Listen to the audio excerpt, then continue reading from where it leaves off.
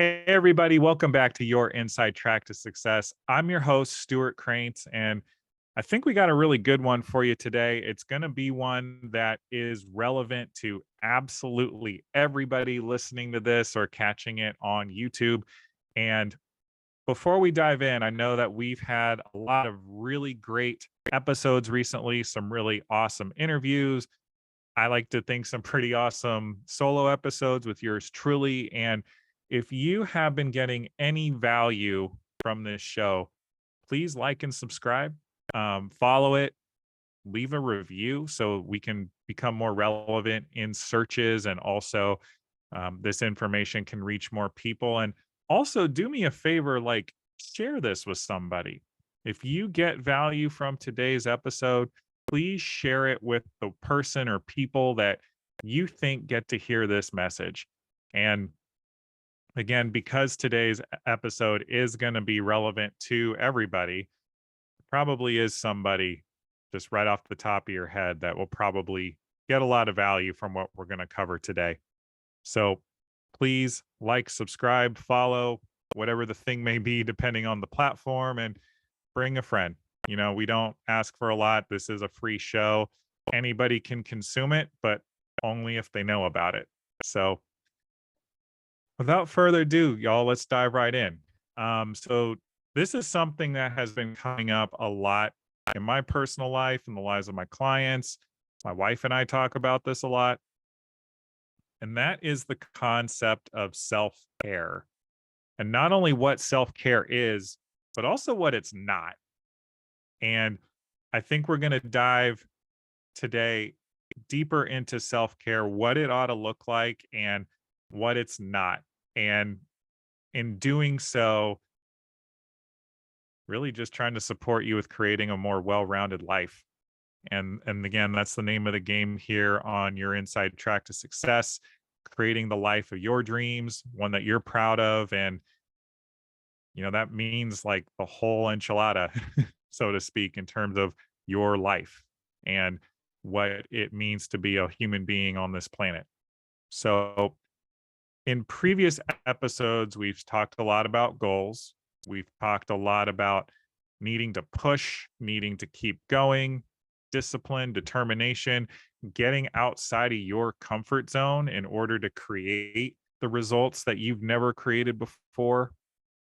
And maybe something we haven't spoken about a lot is the energy expenditure that's going to take and the time it's going to take. And yes, there are some sacrifices that we get to make in order to create the lives of our dreams. And I don't know that we've spoken greatly on the subject of self-care, so I wanted to devote this episode to it today. And the reason self-care matters is I want you guys to think of yourselves like a cup, okay? So we all have our responsibilities, work, family, kids, church, and whatever the thing may be. We are constantly in our society pouring out our time and attention and energy to other things and other people. And so, what happens if you continually are pouring out? You run out of water, right? So, if you're pouring out to other things and other people all the time, you're eventually going to run dry and there's going to be nothing left for you.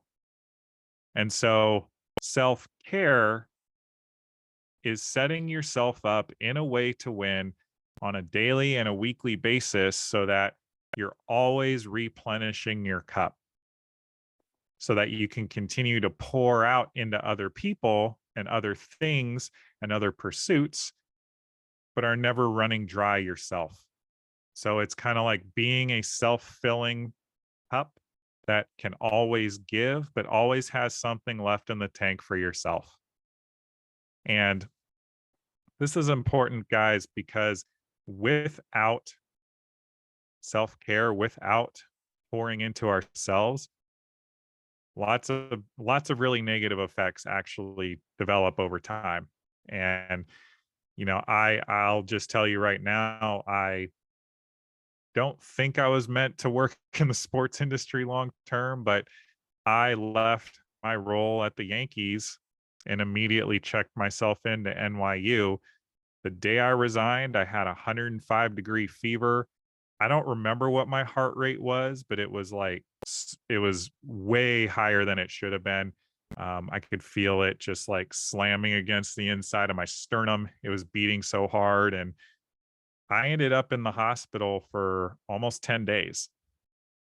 They ran every single test on me, and the only thing that they could come up with was I had put myself there from exhaustion and stress, which was basically from not taking care of myself for weeks and weeks and weeks and months, and really like a couple years straight of just grinding, pouring into job, pouring into other people, pouring into relationships that weren't serving me at the time, both personally and professionally, not sleeping, not eating well, all of the things that hindsight being 2020, I'm pretty clear I shouldn't have been doing.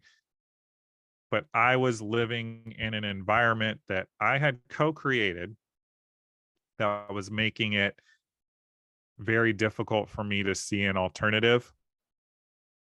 But because I kept pushing and pushing, or using the cup analogy, pouring and pouring and pouring out and doing nothing to fill my body back up, I flamed out pretty emphatically, actually. Um, it was definitely touch and go there for a couple days in the hospital with how far I had run myself into the ground. So, not taking care of yourself, not practicing self-care can do a lot of things.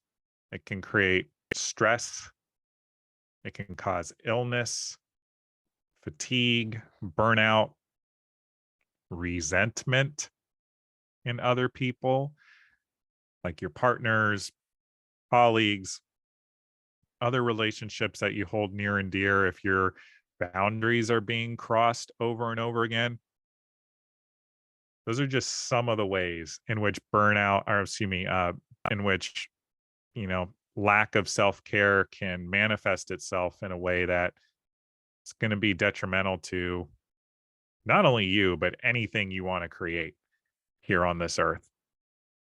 And so, one of the things that I hear a lot from people I've worked with, from clients, from people in my life is just the idea that I don't have time to take care of myself.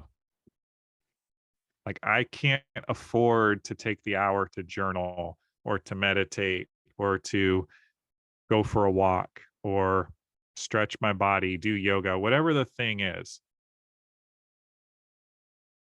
And I always say back, how can you afford not to? If you are living in a heightened level of stress and anxiety and worry all the time, it's probably a clear indicator that self care is just what the doctor ordered. And so, it actually is a great segue to kind of the first thing I want to talk about. And it's the idea that self care has to be a big thing. It doesn't. Self care doesn't have to be clearing off the calendar so you can have a spa day, or shelling out a ton of money so you can, go get a massage, or, whatever your idea of self-care is. Actual self-care is doing the little things for yourself each and every day that keep you in a place where you can function at your highest potential. And so, a good example, I am prone to anxiety. I'm also prone to anger, I have learned, when my anxiety goes unchecked for too long. And that's just me owning it, y'all. Like, I get anxious about the future. That leads to anger. And then I'm not a lot of fun to be around. I'm really not. But when I'm exercising, I don't have this problem. Exercise for, 40 minutes or so, sometimes longer if I'm training for a race or, going to do a class somewhere. Exercise makes me a better husband, a better father, a better coach for sure because I'm just more present and focused and alert on what people are saying. And even recording this, I'm just going to own it. Like, if I had exercised earlier this morning, I would be even more crisp and clear with my words and all the other things that, go into producing a podcast. My self-care game maybe wasn't quite on point today, but I'm doing my absolute best. And, I know for a fact that if I don't exercise for the next 4 or 5 days and try to record a podcast, I'm going to be fumbling my words, not have any idea where I'm going, so on and so forth. And you get it. And so that's just the thing you need to know, guys, is self-care is not this massive event that has to be scheduled. It also shouldn't be because then it just becomes another to do. But self-care is really just implementing the daily habits, the daily or weekly habits that keep you grounded, keep you aligned, keep you in the game. For me, it's exercise. Some people, it's meditation. For some people, it's yoga. For some people, it's going for a walk or stretching or journaling. Journaling is great. Get all of your ideas out of your head and onto a paper. Journaling is wonderful for that. And it doesn't have to be a big hour-long thing. Like, where can you steal 5 minutes in your day here or there? When can you steal 10 minutes to say your prayers in the morning? Maybe going to the gym requires blocking out some time. However, it's worth it to you to keep yourself focused, keep yourself grounded, keep all the negative thoughts and worries at bay so that you can show up and be your best. Now, that's probably the single biggest thing to land. So I wanted to make sure I got that out of the way first. But another thing that's really important for self care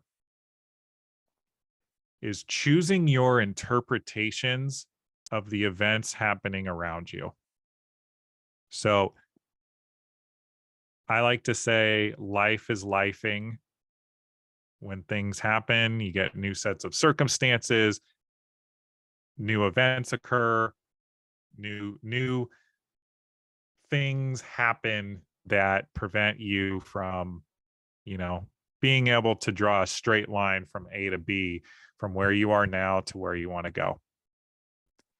So this is related to self-care because how we choose to interpret events is our choice. Now, events themselves are inherently neutral. Even some of the worst, most unbelievably messed up stuff you can think about are neutral. It's the meaning that we assign to them that causes our suffering, right?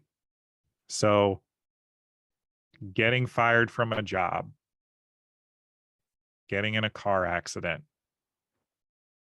failing a test, not getting the promotion you thought you were going to get, not getting the funding for your startup. Those are all bad if you allow them to be. Because more often than not, when we assign a negative meaning to things, it creates a heaviness of our energy. And that actually drains our energy quickly, believe it or not. I was reading something the other day and they talk about how super competitive, high level chess players are very rarely overweight. And the reason being is in a super highly competitive chess match, the average chess player can burn anywhere from 2,000 to 6,000 calories in a single chess match just by thinking and hyper focusing their mental energy.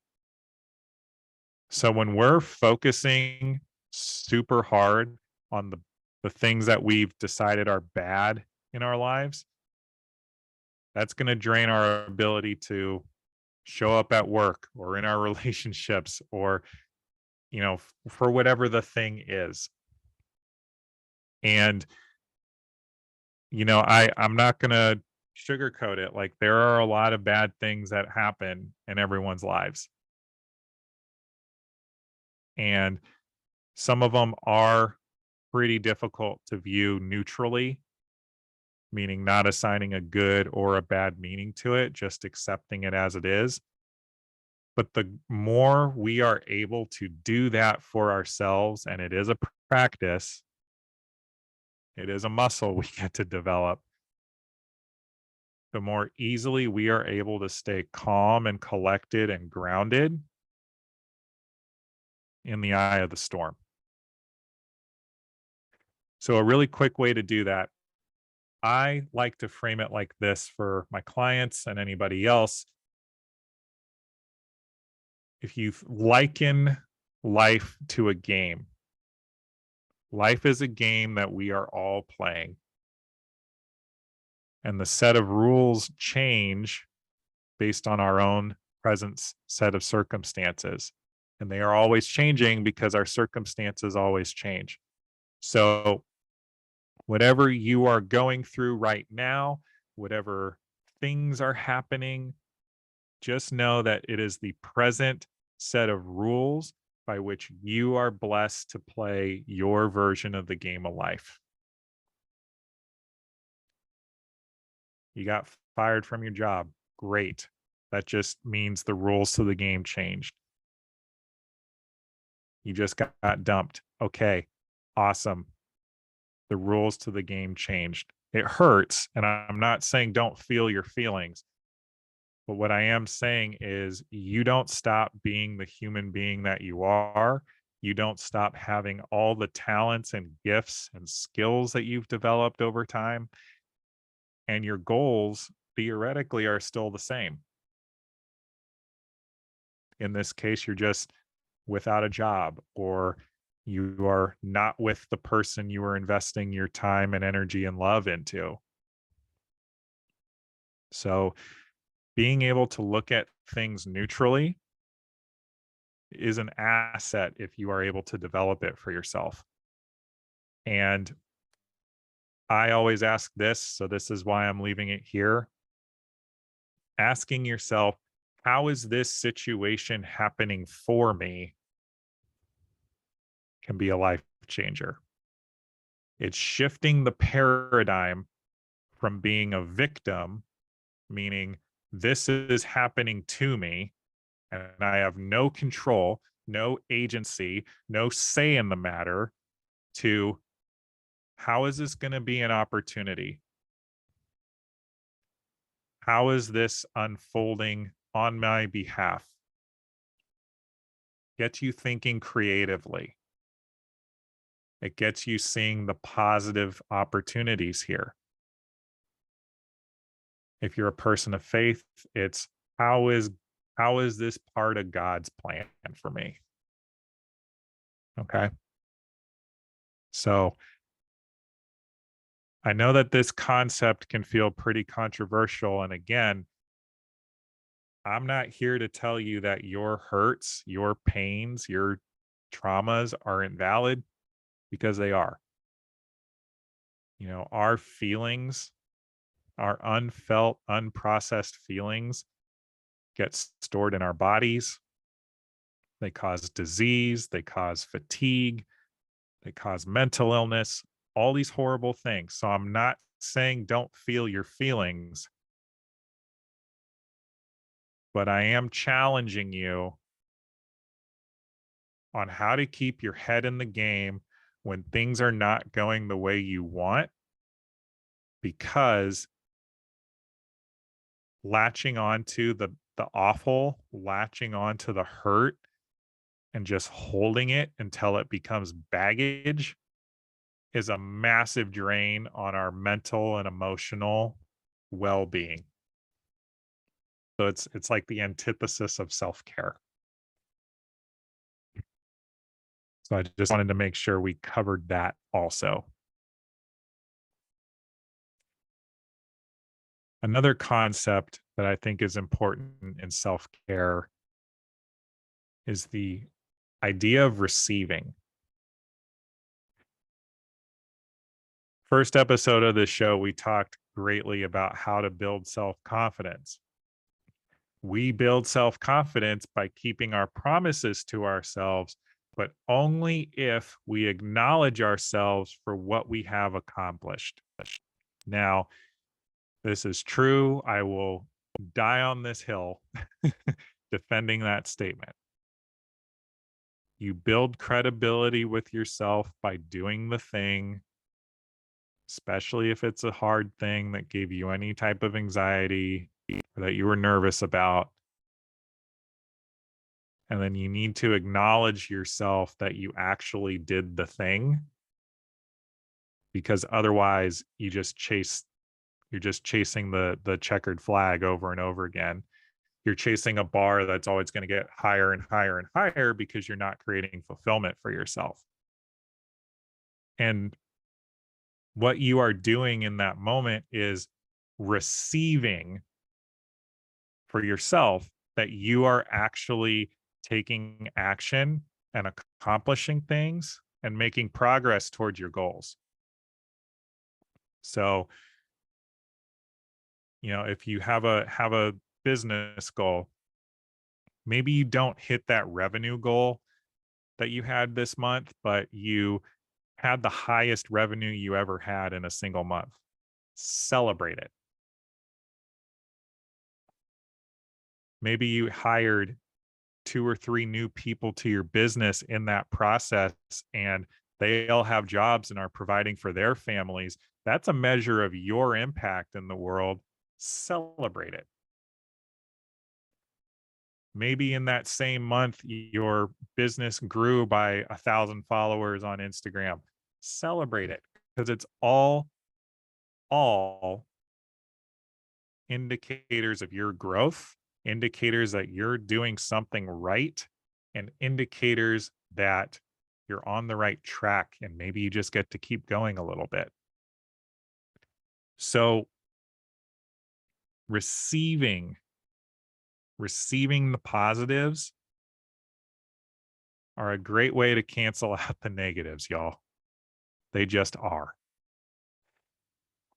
And it's not just receiving ourselves, receiving our own values, our own gifts, our own accomplishments, but receiving it when other people are telling us.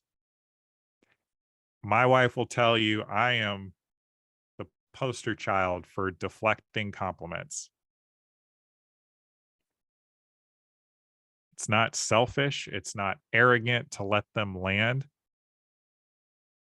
It's acknowledging someone else's experience and their experience truth of who you are and how you're showing up.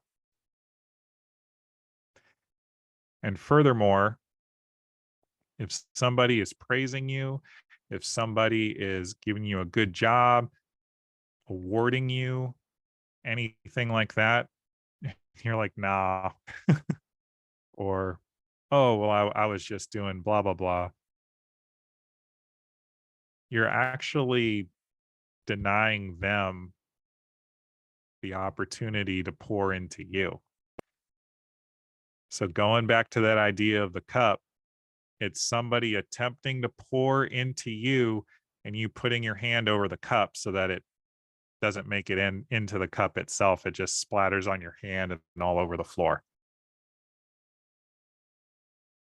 So if we want to be a self-filling cup, it's great to have support, and that requires receiving other people as well. How many of you do not ask for help for the things you need help with? We live in a world today where almost any answer we need is a Google search or a YouTube video, now a chat GPT query away from giving you what you want or what you need in terms of an answer. But the actual support and the love and knowing that somebody has your back and cares about you, that is what so many of us deny when we don't receive other people. Some people are not meant to be our people. Some people are not meant to be in our orbit. And sometimes the praise or the support is genuinely not appreciated. And still, what if you chose to receive that, hey, I'm doing something right because so and so cared enough to say good job, even if it wasn't somebody you were particularly fond of. So this is super overlooked, but receiving is a huge part of self-care because it's made wrong in our society not to be the alpha dog and to ask for help.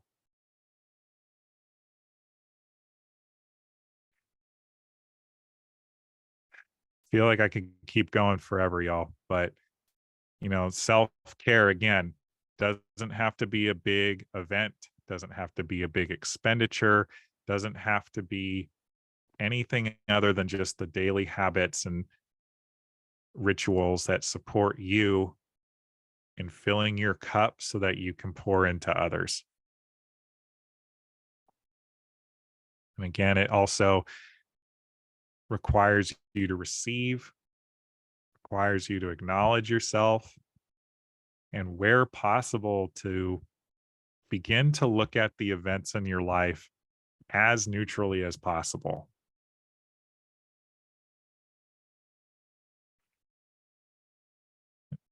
Because it'll protect your energy. It will also often protect the time that you're going to lose stressing or complaining or worrying. And again, none of this is to say don't feel your feelings. Please go feel your feelings. Put on some sad music, cry it out. Listen to a podcast that will help change your perspective. See a therapist, talk to a friend, like whatever the thing is to help you shift out of the pain and the hurt. But then you also got to receive that support, y'all. This is all self-care.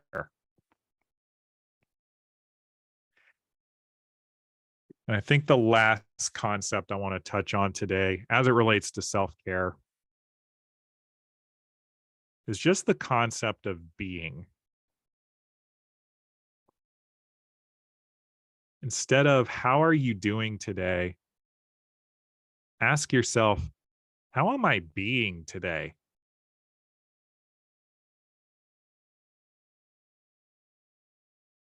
Doing is reflective of our society in that we place so much value on our production and what we're able to produce in a day or a week or a month or whatever timeline you're going to use. But how we're being is a choice. I'm being kind today. I'm being gentle. I'm being loving. You could also be bold, be excited, be passionate. Whatever the thing is for you, focusing on your ways of being is a choice. And so you can choose an empowering way of being just by focusing on it. and choosing it.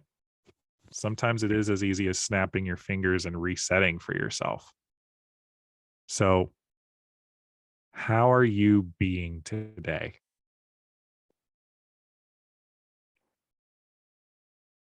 Another thing about being is because we focus so heavily on the doing in our society,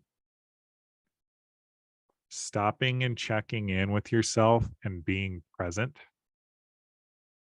can truly be a game changer in terms of lowering your stress, increasing your gratitude, and honestly, just checking in on what your body physically needs in the moment to keep yourself going. I was talking to a client the other day. She's, I think, just a remarkable human being. And I'm going to say that. She also has the weight of the world on her shoulders and all of the things she's responsible for.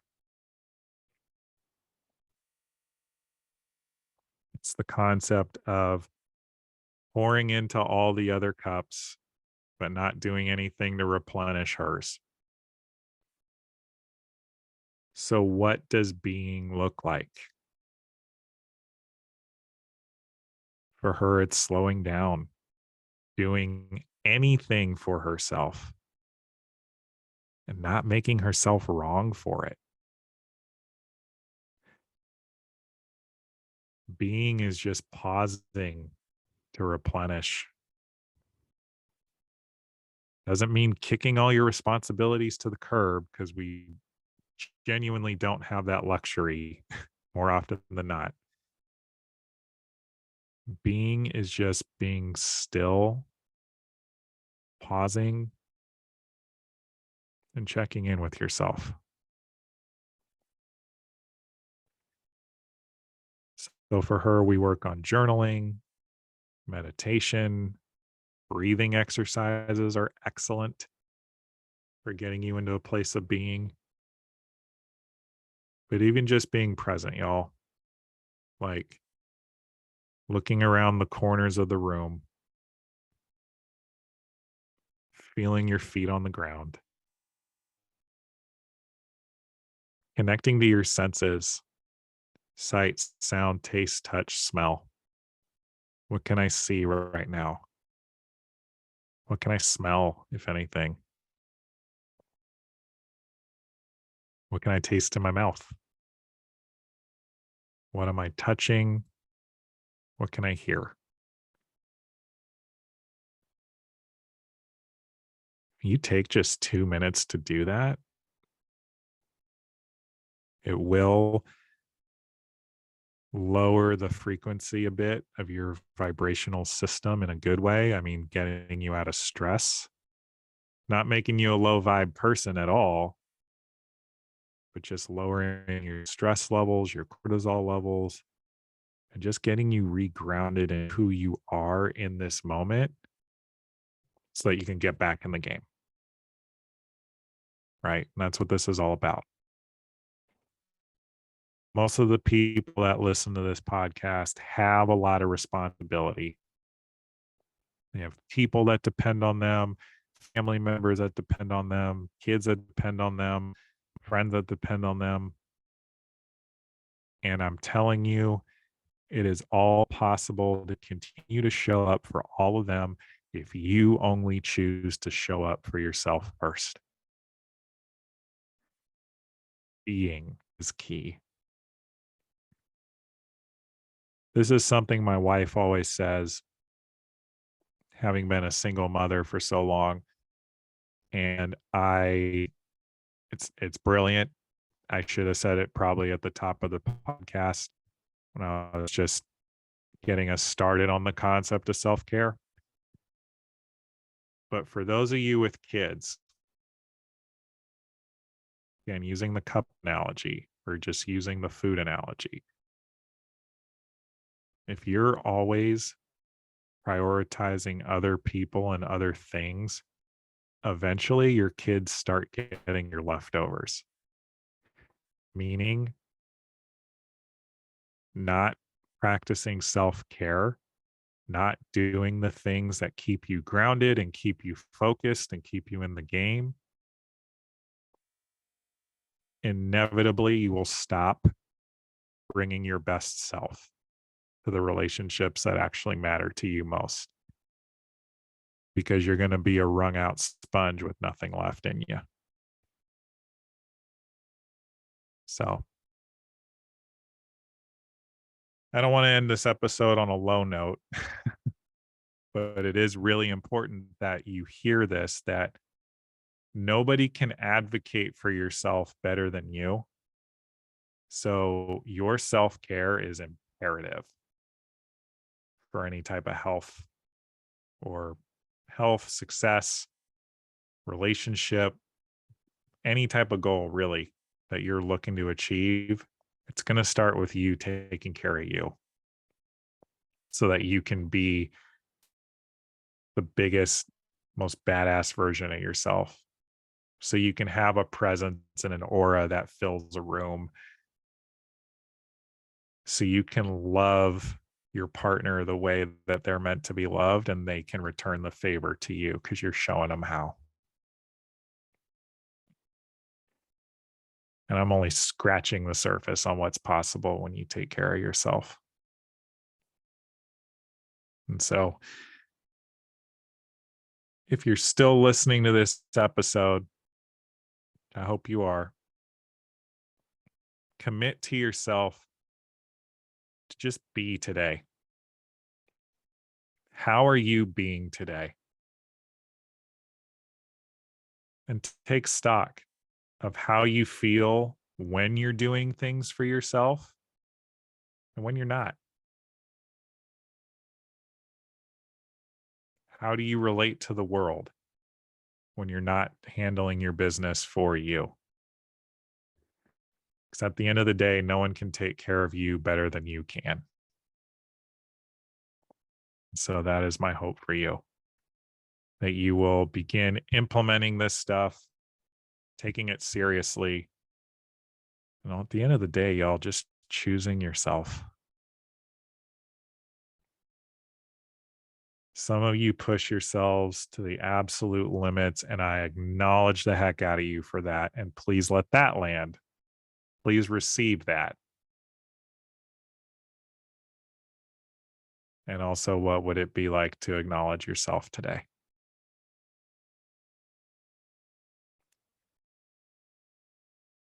So, y'all, again, this is Stewart Kraintz. I am your host of your Inside Track to Success.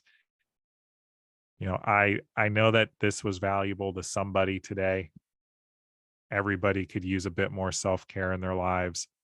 Again, it's not a big showy thing. It's just doing the things for yourself over and over again and prioritizing you so that you can be all that you need to be in your time here on this earth.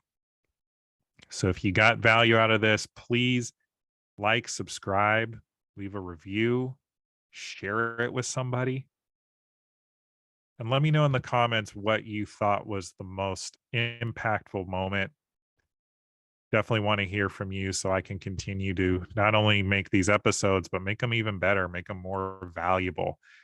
What could I be doing to really land this stuff for you guys?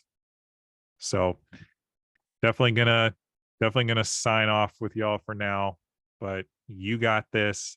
Take care of yourselves. Remember, how are you being today? Take care.